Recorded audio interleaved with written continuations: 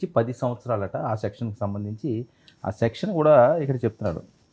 Culpable homicide section అంటే ఇది నిర్లక్ష్యంతో ఒకటి చావుకు కారణమని భావించి నిర్ధారించే సెక్షన్ ఇది.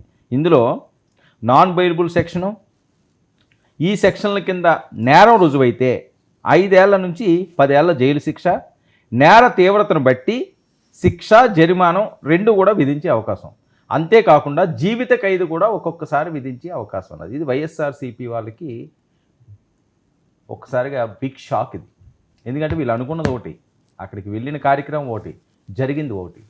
ముందు వరకు అసలు కాన్వాయ్ ఇది కాదు, కాన్వాయ్కి అసలు సంబంధమే లేదు. ఎక్కడో జగన్మోహన్ రెడ్డి గారు అంటే ఇక్కడ ఉన్నారు, కూటమంతా కూడా ఈ రకంగానే విష ప్రచారం చేస్తుంది, మాదేమీ తప్పు లేదు అని చెప్పి మాట్లాడారు. ఆ తర్వాత ఇందులో కాన్వాయే ఎవరు చూస్తారు, అది ఎక్కడో కాన్వాయ్ వెనకతలు ఎక్కడో ఉంది, అది వచ్చింది, అది వచ్చి గుద్దుకెళ్ళిపోయింది. ఇప్పుడు డైరెక్ట్గా జగన్మోహన్ రెడ్డి గారు వెహికలే ఆయన మీద ఎక్కి ఈడ్చుకుపోయింది. సరే, ఈ యాక్సిడెంట్ జరిగినప్పుడు ఆ క్రౌడ్లో జరగడం అన్నది ఒక పొరపాటే, తప్పే, కావాలని ఎవరో చేయకపోవచ్చు కాక. కానీ అప్పుడన్నా వీళ్ళు ఇమ్మీడియట్గా ఆయన్ని హాస్పిటల్కి తీసుకెళ్ళి వైద్య సహాయం చేయాల్సిన అవసరం ఉంది. కానీ ఒక పక్కకి ఈడ్చేశారట, పక్కన పడేశారట. ఆ కొన్ని విజువల్స్ చూస్తుంటే ఆ చుట్టుపక్కల ఎవరు లేరు అతను ఉన్నప్పుడు, చాలా విజువల్స్. అంటే ఎంత దారుణమైన సిచ్యువేషను, అసలు ఏం జరుగుతుంది, ఎటువైపు తీసుకువెళ్తున్నారు. జగన్మోహన్ రెడ్డి గారి నోటీస్కి వెళ్ళింది, ఆయన చూసి పక్కన పడేశారని చెప్పారని నేను చెప్పట్లేదు. ఎవరో ఒకరు ఉండాలి కదా. అంత పెద్ద క్రౌడ్ ఉన్నప్పుడు, అంత మాస్ గ్యాదరింగ్ ఉన్నప్పుడు, ఏదైనా చిన్న దెబ్బ తగిలితేనే చిన్న గుంపులుగా అక్కడ చేరిపోతారు. మన రోడ్డు మీద ఏదైనా చిన్న యాక్సిడెంట్ అయిందనుకోండి, ఖచ్చితంగా ఆ చుట్టుపక్కల ఉన్న వాళ్ళందరూ పరిగెత్తుకుంటూ వెళ్తారు, వాళ్ళు లేపడమో చేస్తారు, ఏదో చేస్తారు. కానీ ఇన్ని వేల మంది ఉన్న దగ్గర ఎందుకు పట్టించుకోలేదు? దీంతో పాటు పేరు నాని గారు, వైవి సుబ్బారెడ్డి గారు, విడుదల రజనీ గారు, వీళ్ళందరినీ కూడా ఇందులో పెట్టారు. మరి జగన్మోహన్ రెడ్డి గారిని అరెస్ట్ చేస్తే పరిస్థితి ఏంటి? చాలా కీలకంగా మారుతున్న పరిస్థితి. ఏడాది పాలనపై ఆల్రెడీ ఇప్పుడు చంద్రబాబు నాయుడు గారు వీళ్ళందరూ కూడా మాట్లాడుతున్నారు. ఇక మాజీ సీఎం ప్రాణాలకి ముప్ప, జగన్మోహన్ రెడ్డి గారిని ఏదో చేయడానికి ఒక కుట్ర జరుగుతుంది అని చెప్పి జరుగుతున్న ప్రచారం. అసలు ఒక సీఎం స్థాయి వ్యక్తిని ఎవరో ఏదో చేస్తారు, అప్పుడు చంద్రబాబు నాయుడు గారి మీద కూడా కుట్ర అంటారు, వాళ్ళని చంపేయడానికి చూస్తున్నారంటారు. అసలు ఎటువైపు ఈ రాజకీయాలు తీసుకువెళ్తున్నారు ఏంటి? సీఎం స్థాయి వ్యక్తుల్ని చంపేయడానికి ఎవరు కుట్ర పన్నుతారు, ఎందుకు చంపుతారు? గతంలో ఎప్పుడన్నా ఇలాంటి సందర్భాలు జరిగినాయా? ఇలాంటివి ఉన్నాయా? కోడికత్తి కేసు అన్నారు, అదేదో వేరే రకంగా వెళ్ళింది అది. సో అది మినహా ఏదైనా అడావుడవచ్చు, లేకపోతే రాయిసరడం, లేదా ఇంకోటి ఇలాంటివి ఏమన్నా జరిగితే జరగవచ్చు. కానీ కవ్వింపు చర్యలు ఈ రకంగా చంపేసే అంత ధైర్యం ఎందుకు చేస్తారు? అసలు ఎవరికి ఉన్నదా చేసే అవకాశం ఉంది? ఎందుకు ఈ ప్రచారాలు జరుగుతున్నాయి?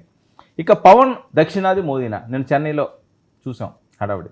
ఆయన దక్షిణాది మోదీగా ఆయన ఎస్టాబ్లిష్ అవుతున్నారట. లోకేష్ గారికి ఆంధ్రప్రదేశ్ ఆయనకి లైన్ క్లియర్ అయిపోయినట్టని ఇదొక ప్రచారం జరుగుతుంది. ఇక వైసీపీ పోరుబాట మొదలుపెట్టింది అని. ఇవే ఇష్యూస్పై ఈనాడు ప్రైమ్ డిబేట్ కొనసాగిద్దాం. మనతో పాటుగా చర్చలో పాల్గొంటున్నారు కేఎస్ ప్రసాద్ గారు, ప్రముఖ రాజకీయ విశ్లేషకులు, మనతో పాటుగా లైవ్లోకి అందుబాటులోకి వచ్చారు. అలాగే సింగళూరి శాంతి ప్రసాద్ గారు, జనసేన సీనియర్ నాయకులు, హైకోర్టు సీనియర్ అడ్వకేట్, మనతో పాటుగా లైవ్లో జాయిన్ అయ్యారు. ఇక పసుపులేటి సురేష్, వైసీపీ అధికార ప్రతినిధి, అలాగే బండారు వంశీకృష్ణ, టీడీపీ అధికార ప్రతినిధి కూడా మనతో పాటుగా లైవ్లోకి అందుబాటులోకి వచ్చారు. ముందుగా శాంతి ప్రసాద్ గారు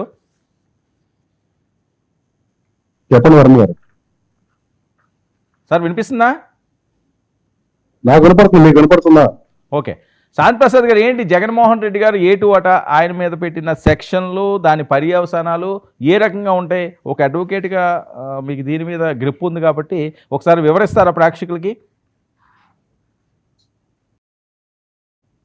ఇప్పుడు ఆయన మీద పెట్టిన సెక్షన్లు దానికి సంబంధించి మొట్టమొదటిగా ఫేస్బుక్ లో ఈ సెక్షన్ కింద కేసు నమోదు కానప్పుడు నేనే పెట్టాను.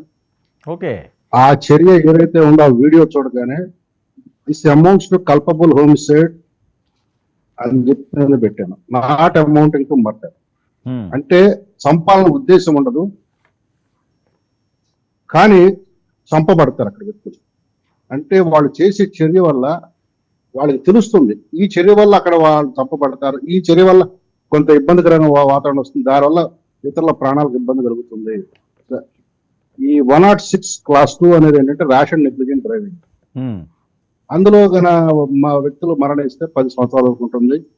105 కింద అయితేనేమో మినిమం 5 years, మాక్సిమం లైఫ్ వరకు ఉంటుంది. 10 years సాధారణంగా ఉంటుంది. 5 to 10 years మధ్యలో ఉంటుంది పనిష్మెంట్ అనేది ప్రూవ్ అయితే అఫెన్స్. ఇదివరకు 304A అనేవాళ్ళు దాని ప్రకారం ఏంటంటే రేషన్ నెగ్లిజెన్స్.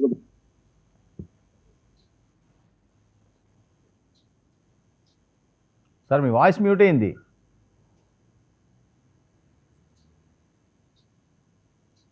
శాంతిప్రసాద్ గారు. Okay, Vamsi sir good evening. ఏంటండి కక్ష సాధింపు చర్యలు చేపడుతున్నారా? జగన్మోహన్ రెడ్డి గారిని ఏదో హత్య చేయాలని చూస్తున్నారట, ఆయన అరెస్ట్ చేయాలని చూస్తున్నారట, అసలు సంబంధం లేని వాటిలన్నింటిలోని కూడా ఇరికిస్తున్నారట, ప్రజలందరూ తీవ్ర ఆగ్రహం ఆవేశాన్ని వ్యక్తం చేస్తున్నారంటున్నారు.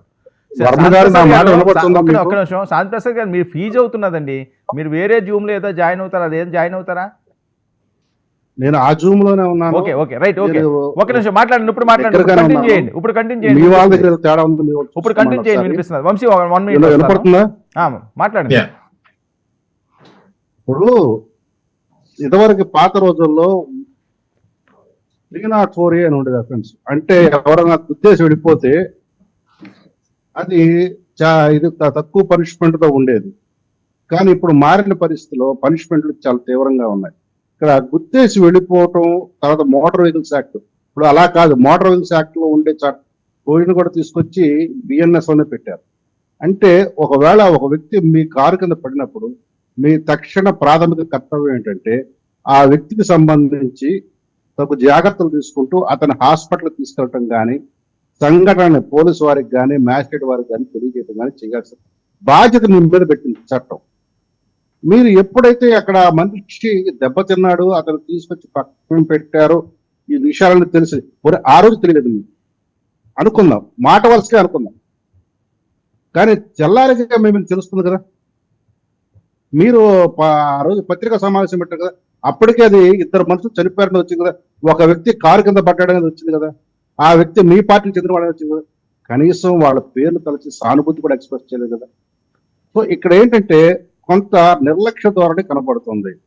చంపాలనే ఉద్దేశం లేకపోవచ్చు, కానీ ఎప్పుడైతే పోలీసులు నిబంధనలు పెట్టారో ఆ నిబంధనలు మీరు వైలేట్ చేశారో, మీరు ఎందుకు ఇక్కడ ఇంకా ఇబ్బందికర పరిస్థితి అంటే, మీరు క్యాబినెట్ హోదా కలిగి ఉన్న వ్యక్తి, మీరు గతంలో ప్రతిపక్ష నేతగా ఉన్నప్పుడు 14-19లో క్యాబినెట్ హోదా ఉంది, 19-24 మధ్యలో అసలు మీకు ముఖ్యమంత్రి హోదా ఉన్నది.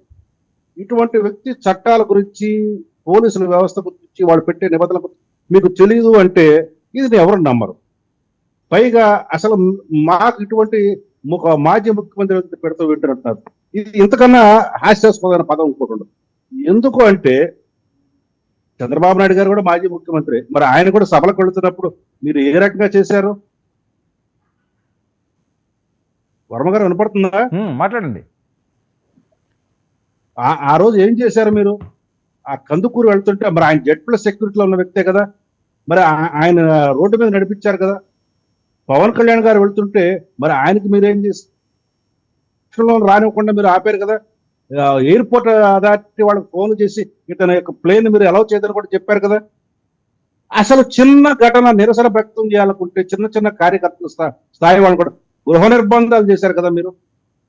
అటువంటిది ఏం జరగలేదు కదా. నిబంధనలు పాటించుకున్నాము, ఈ నిబంధనకు లోబడి వెళ్ళమన్నావు, వెళ్ళను అన్నావు, వెళ్ళనుకోండి. నువ్వు చేయాల్సిన తక్షణ కర్తవ్యం ఏంటి? హైకోర్టుకు వెళ్ళి నువ్వు ఆ ఉత్తర్వులు తెచ్చుకోవాలి. నేను ఇంత మందితో వెళ్తాను, మీరు అక్కడ పోలీసు వారికి ఇచ్చిందే 30,000 మందితో వస్తామని, 30,000 మందితో వస్తామని మీరు ఎట్లా చెప్పగలిగారు? పోనీ అక్కడ మీరు అనుకున్నట్టుగా ఉందా? లేదు కదా, మీరు అనుకున్నట్టుగా రాలేదు కదా. కానీ బల ప్రదర్శన చేశారు కదా. నిబంధనలు ఉల్లంఘించి మీరు వెళ్ళటం అంటేనే ఇది తెలిసి చేసిన చేష్టగా ఆ సెక్షన్లు ఏమైతే పెట్టారో దానికి అప్లై అవుతుంది ఖచ్చితంగా. ఇది ఫిట్ అవుతుంది. ప్రాథమిక ఆధారాలు కనపడుతున్నాయి. ఎప్పుడైతే ప్రాథమిక ఆధారాలు కనపడుతున్నాయో ఖచ్చితంగా ఎఫ్ఐఆర్ నమోదవుతుంది. ఈ సెక్షన్ కింద ఎఫ్ఐఆర్ నమోదైతే మీకు ఆర్ఎస్ కుమార్ తీర్పు ప్రకారం నోటీస్ ఇవ్వాల్సిన అవసరం లేదు. అంటే ఇక్కడ మనం జగన్మోహన్ రెడ్డి గారి గురించి మాట్లాడుకుంటున్నాం. ఏమన్న పరిస్థితి ఇవే సెక్షన్లో ఆయన కూడా ఇంప్లీట్ చేస్తారా? ఆ కారులో ఎవరున్నా వాళ్ళకి చేస్తారండి. ఓకే, ఎందుకంటే అందరూ బాధ్యత అది. వాళ్ళందరూ కూడా నిబంధనలు ఉల్లంఘించి వెళ్తున్నారు అక్కడికి. అసలు వాళ్ళనే కాదు, గుంటూరు ర్యాలీకి పర్మిషన్